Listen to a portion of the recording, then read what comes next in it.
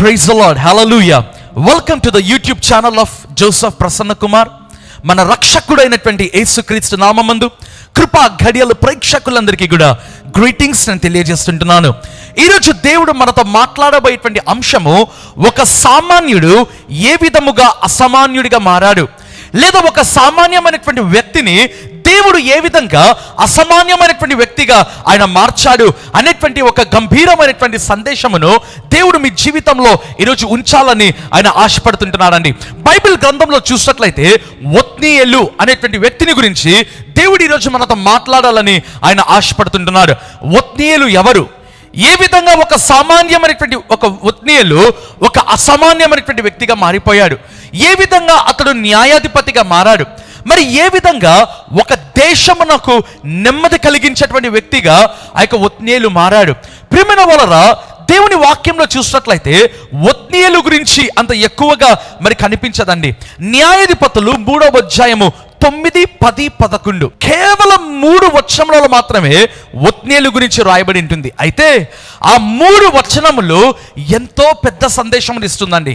ఆ 3 వచనములు ఎంతో గొప్ప సందేశం, ఒక గంభీరమైనటువంటి సందేశములు, అనేకమైనటువంటి అంశములను గురించి ఆ ఒక్క వచనంలో, ఆ యొక్క 9, 10, 11 వచనముల గురించి మనం మాట్లాడచ్చు. ప్రియమైన వాళ్ళరా, దేవుని వాక్యంలో చూసినట్లయితే న్యాయాధిపతులు 3వ అధ్యాయము 9వ వచనం చూసుకుందాం. ఇశ్రాయేలు యెహోవాకు మొరపెట్టగా యెహోవా కాలేబు తమ్ముడైన కనజీ యొక్క కుమారుడకు ఒత్నీయేలును రక్షకునిగా, ఇశ్రాయేలు కొరకు రక్షకునిగా నియమించెను. ప్రియమైన వాళ్ళరా, ఇక్కడ చూసినట్లయితే న్యాయాధిపతులు అనేటువంటి గ్రంథము మీరు చూసినట్లయితే ఆ యొక్క మోషే, యెహోషువ నాయకత్వము తర్వాత ఈ న్యాయాధిపతులు వస్తుందండి. గొప్ప నాయకులు, గొప్ప దైవజనులు ఇరువురు కూడా. ఎవరు? మోషే మరియు యెహోషువ. వారిరువురు కూడా మృతి చెందిన తర్వాత ఈ న్యాయాధిపతుల కాలము ప్రారంభమవుతుందండి. అయితే ఆ యొక్క మోషే, యెహోషువ మృతి చెందిన తర్వాత ఒక నాయకత్వం లేదు. ఇశ్రాయేలులు మాటి మాటికి పాపము చేసేటువంటి వాళ్ళు. ఇక న్యాయాధిపతులు అనేటువంటి గ్రంథము, ఆ యొక్క బుక్ ఆఫ్ జడ్జెస్ ఏం సూచిస్తుందంటే backsliding state of Israelites. ఆ యొక్క ఇశ్రాయేలు అనబడినటువంటి వాళ్ళు ఏ విధంగా మాటి మాటికి వారు పడిపోతున్నారు, మరి ఏ విధంగా దేవుడు వారిని లేవనెత్తుతున్నాడు అనేటువంటిదే మనకు ఈ యొక్క న్యాయాధిపతుల గ్రంథం అంతా మరి కనిపించడం ప్రారంభిస్తుందండి. ఇక వచనంలో 9వ వచనంలో చూసినట్లయితే ఇశ్రాయేలు పాపం చేశారు. ఈసారి వారు ఏం పాపం చేశారో తెలుసా? మొదటి పాపము, అన్య దేవతలను వాళ్ళు ఆరాధించారు. They worshipped idols. ఆ యొక్క విగ్రహారాధన వాళ్ళు చేసినట్లుగా, లేదా ఆ కాలంలో ఉండేటువంటి దేవతలను వాళ్ళు పూజించినట్లుగా మనకు అనిపిస్తుందండి. రెండవదిగా చూసినట్లయితే దేవుని బిడ్డలకు జన్మించని కుమార్తెలను, అంటే ఒక అన్యుల కుమార్తెలను వారు వివాహం చేసుకున్నారు. దేవుడు చాలా అప్సెట్ అయ్యాడు, చాలా కోపగించాడు. ప్రేమైన వాళ్ళరా, దేవుడు ఏం చేస్తాడో తెలుసా? వాక్యంలో రాయబడినటువంటి మాట, ఆ యొక్క కూషన్ రిషత్రాయిము అనేటువంటి రాజునకు దేవుడు ఇక ఇశ్రాయేలును అప్పగించాడు. 8 సంవత్సరములు వాళ్ళు ఆ యొక్క రాజు కిందికి వెళ్ళిపోయారండి.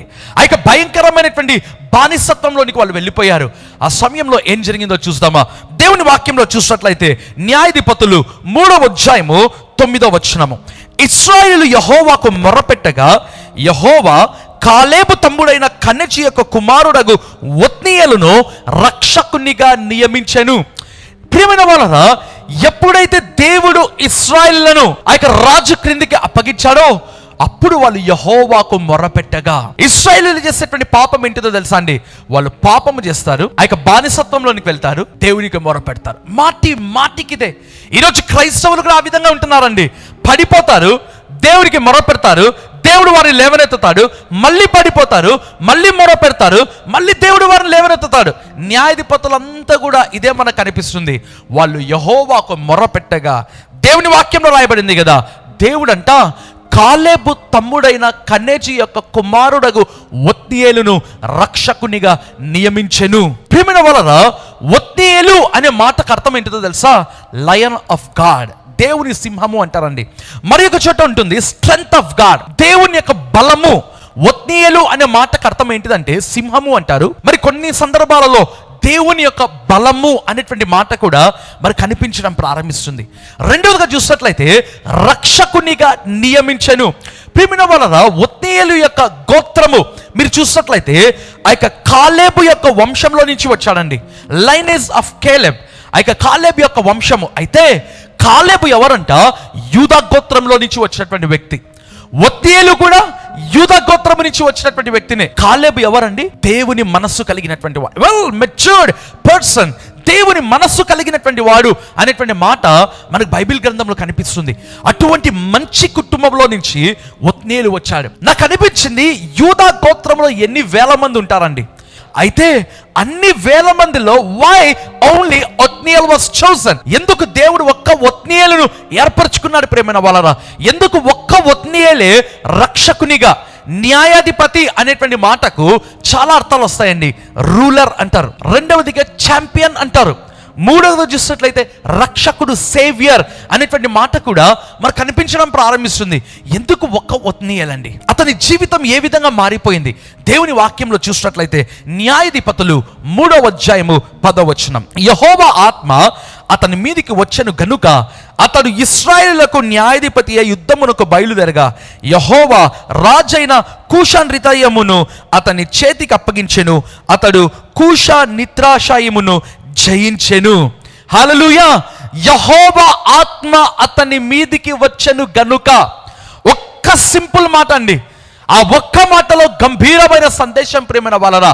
ఆ 10వ వచనము తన జీవితమునే మార్చివేసింది. హల్లెలూయా! ఒత్నీయేలు గురించి బైబిల్లో ఎక్కువగా కనిపించదు. ఒక్క అధ్యాయంలో 3 వచనాలే కనిపిస్తాయండి. అయితే 10th words changed his life. తన జీవితమునే మార్చివేసింది ప్రేమైన వాళ్ళరా. దేవుని వాక్యంలో రాయబడింది కదా, యెహోవా ఆత్మ అతని మీదికి వచ్చెను గనుక. Not because he came from the lineage of Caleb, ఏదో కాలేబ్ యొక్క వంశంలో నుంచి లేదా యూదా గోత్రంలో నుంచి వచ్చాడు కనుక ఇతడు రక్షకుడిగా అవ్వలేదు. దేవుని వాక్యంలో రాయబడింది కదా, యెహోవా ఆత్మ అతని మీదికి వచ్చెను గనుక అతడు న్యాయాధిపతి అయ్యెను. ఒక సామాన్యమైన వ్యక్తిని దేవుడు అసామాన్యమైనటువంటి వ్యక్తిగా మార్చాడు. ఏ రాజు క్రిందికైతే ఆ యొక్క ఇశ్రాయేలులు నాట్ 1 డే ఆర్ 1 ఇయర్ 8 సంవత్సరములు ఆ యొక్క బానిసత్వంలో, ఆ యొక్క దాసరికం అందామా, అటువంటి స్లేవరీలో, బాండేజెస్ లో ఇశ్రాయేలు 8 సంవత్సరములు ఉన్నారో, ఒత్నీయేలు ఏం చేస్తాడో తెలుసా? దేవుని వాక్యంలో రాయబడింది కదా, ఆ యొక్క కూషా నిషాత్రాయిమును అనేటువంటి రాజు నుంచి వాడిని విడిపించాడు. హల్లెలూయా! ఒక అసామాన్యమైనటువంటి వ్యక్తిగా మారిపోయాడండి. నీ జీవితంలో కూడా ఒకవేళ నువ్వు అనుకుంటుంటావు, నేను సామాన్యమైన వ్యక్తిని, నాకు బ్యాక్గ్రౌండ్ లేదు, నాకు విద్య లేదు, లేదా నాకు కావలసినటువంటి జ్ఞానము లేదు. ప్రేమైన వాళ్ళరా, దేవుడు ఆత్మ నీ మీదికి వస్తే నీ జీవితంలో నువ్వు అసామాన్యమైన వ్యక్తిగా మారుతావు. చాలా సందర్భాలలో ప్రేమైన వాళ్ళరా, బైబిల్ గ్రంథం అంతా కూడా మీరు చూడండి, దేవుడు అసామాన్యమైన వ్యక్తులను తీసుకుంటాడు, అసామాన్యమైన వ్యక్తులుగా మారుస్తాడు. అదే ఆయన గొప్పతనం. That is the beauty of God, that is the nature of God. దేవుని యొక్క స్వభావం అండి అది. దేవుని వాక్యంలో చూస్తామా, దావీదు గొర్రెల కాపరిని రాజుగా చేశాడు.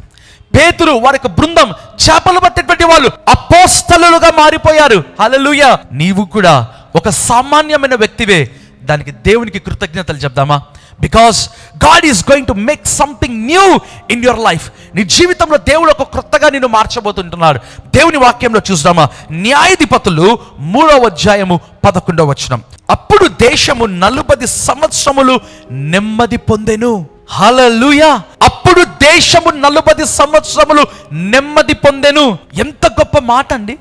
అనేక మంది ప్రార్థనకు వస్తుంటారు, బ్రదర్ మా జీవితంలో సమాధానం లేదండి, మా కుటుంబంలో నెమ్మది లేదండి. ఒక్క కుటుంబంలో నెమ్మది లేకపోతేనే ఈరోజు ఆత్మహత్యలు చేసుకుంటున్నారు. అంత భయంకరమైన పరిస్థితులని నెమ్మది లేకపోతే, ఈరోజు చూస్తే ఇశ్రాయేలు జీవితంలో నెమ్మది లేదంటే, దేశానికి నెమ్మది లేదండి, వాళ్ళు చేసినటువంటి పాపమును బట్టి. అయితే ఒక్క ఒత్నీయేలును బట్టి దేవుని వాక్యంలో రాయబడింది కదా, దేశము 40 సంవత్సరములు నెమ్మది పొందెను. ఒత్నీయేలు బ్రతికి ఉన్నంత వరకు కూడా దేశానికి అంత నెమ్మది ప్రేమైన వాళ్ళరా. హల్లెలూయా! రెండవదిగా ఎప్పుడు వారి జీవితంలో నెమ్మది వచ్చింది తెలుసా? ఎప్పుడైతే వారు వారి మనస్సులను త్రిప్పుకొని దేవుని వైపు తిరిగారో. హల్లెలూయా! ఒత్నీయేలు న్యాయాధిపతి ఎవరో తెలుసా? ఫస్ట్ జడ్జ్, మొదటి న్యాయాధిపతి దేవుని బిడ్డల యొక్క మనస్సును అండి, వారి హృదయమును దేవుని వైపు త్రిప్పినవాడు. Hallelujah! What a great man of God. ఎంత గొప్ప దైవజనుడు అండి. దేవుని బిడ్డల యొక్క మనస్సులను దేవుని వైపు త్రిప్పినటువంటి వాడు ఒత్నీయేలు ప్రేమైన వాళ్ళరా. ఒక సామాన్యమైన వ్యక్తిని దేవుడు అసామాన్యమైన వ్యక్తిగా మార్చాడు. ఈరోజు దేవుడు నిన్ను బలపరచబోతుంటున్నాడు. నీవు సామాన్యమైన వ్యక్తివి అని ఒకవేళ అనుకుంటున్నావా, God is going to make something new in your life. నీ జీవితంలో దేవుడు ఏదో ఒక క్రొత్త చేయబోతున్నాడు. అయితే ఒకటి, accept the work of the Holy Spirit. పరిశుద్ధాత్ముడా నా మీదికి దిగిరండయ్యా. ఈరోజు నేను ప్రార్థన చేయబోతున్నాను, పరిశుద్ధాత్మ దేవుడు మీ మీదకి వచ్చినట్లుగా. ఆ ఆత్మదేవుడు నీ మీదికి వస్తే you will be a different person. తలలు వంచినట్లయితే ప్రార్థన చేసుకుందాం. కృపగల దేవా, దయగలిగిన మా ప్రభువా, తండ్రి, ఈరోజు మాతో మాట్లాడిన సందేశము ఒత్నీయేలు జీవితమును గురించి ప్రభువా మీరు మాతో మాట్లాడి ఉంటేనే నీకు స్తోత్రం తండ్రి. ఆత్మదేవుడు ఒత్నీయేలు మీదికి వచ్చెను గనుక అతడు న్యాయాధిపతి, అతడు రక్షకుడిగా మారిపోయాడు ప్రభువా. యేసయ్యా ప్రార్థన చేస్తున్నానయ్యా తండ్రి. ఎవరైతే మేము సామాన్యులము, మాకు బ్యాక్గ్రౌండ్ లేదు, మాకు డబ్బు లేదు, విద్య లేదు, కావాల్సినటువంటి కుటుంబము మాకు లేదు అని ఎవరైతే అనుకుంటున్నారో, Lord send forth your mighty Holy Spirit upon everyone. తండ్రి, మేము బలహీనులం అనుకుంటున్నటువంటి వారి కొరకు, మేము ఏమీ లేని వారం అనుకుంటున్నారో, ఎవరైతే అనుకుంటున్నారో ప్రభువా, యేసు నామమందునైనా దేవా నీ ఆత్మను వారి మీదికి కుమ్మరించి, let them be newly created my Lord. వారి జీవితంలో ఒక కొత్తగా తండ్రి నిర్మించబడుదురు గాక. Let there be new creation. వారి జీవితంలో నూతనమైన సృష్టిగా వారు మార్చబడుదురు గాక. వారి జీవితంలో నూతనమైన సృష్టిగా వారు తయారు చేయబడుదురు గాక. Let something new take place Lord. Lord I pray let there be new creation in them. వారి జీవితంలో ఒక కొత్త క్రియేషన్ అయినా నూతనమైన సృష్టిగా వారు మార్చబడుదురు గాక. అయ్యా, ఎవరైతే ప్రభా జీవితంలో ముందుకు సాగలేకుండా ఉంటున్నారో, ఏ విషయంలో అయినా తండ్రి, ఆ ఆత్మదేవుడు వారి పరిస్థితుల మీదకి దిగి వచ్చి వారి జీవితంలో వారిని ముందుకు కొనసాగింప చేయునుగాక. అయ్యా, వారి జీవితంలో ఆగిపోయిన ప్రతి ఆశీర్వాదం వారి జీవితంలో పొందుకుందురుగాక. నీకే కృతజ్ఞతలు తెలియజేసుకుంటూ యేసు నామమందు ప్రార్థిస్తున్నాను తండ్రి, ఆమేన్. ప్రియమైనటువంటి వాళ్ళ అద్భుతమైన సందేశం మనం విన్నాం కదండి. మీ వాట్సాప్, ఫేస్బుక్కి మీరు షేర్ చేయడం మర్చిపోద్దండి. Please Joseph Prasanna Kumar YouTube channel subscribe చేయడం మర్చిపోద్దు. నా ఫేస్బుక్, నా ఇన్స్టాగ్రామ్ అన్ని కూడా మీరు ఫాలో అవ్వాల్సిందిగా దేవుని సేవకునిగా నేను కోరుతుంటున్నాను. నిశ్చయముగా దేవుడు ఈ ఛానల్ నందున్నాడు. Hallelujah. God bless you. Amen.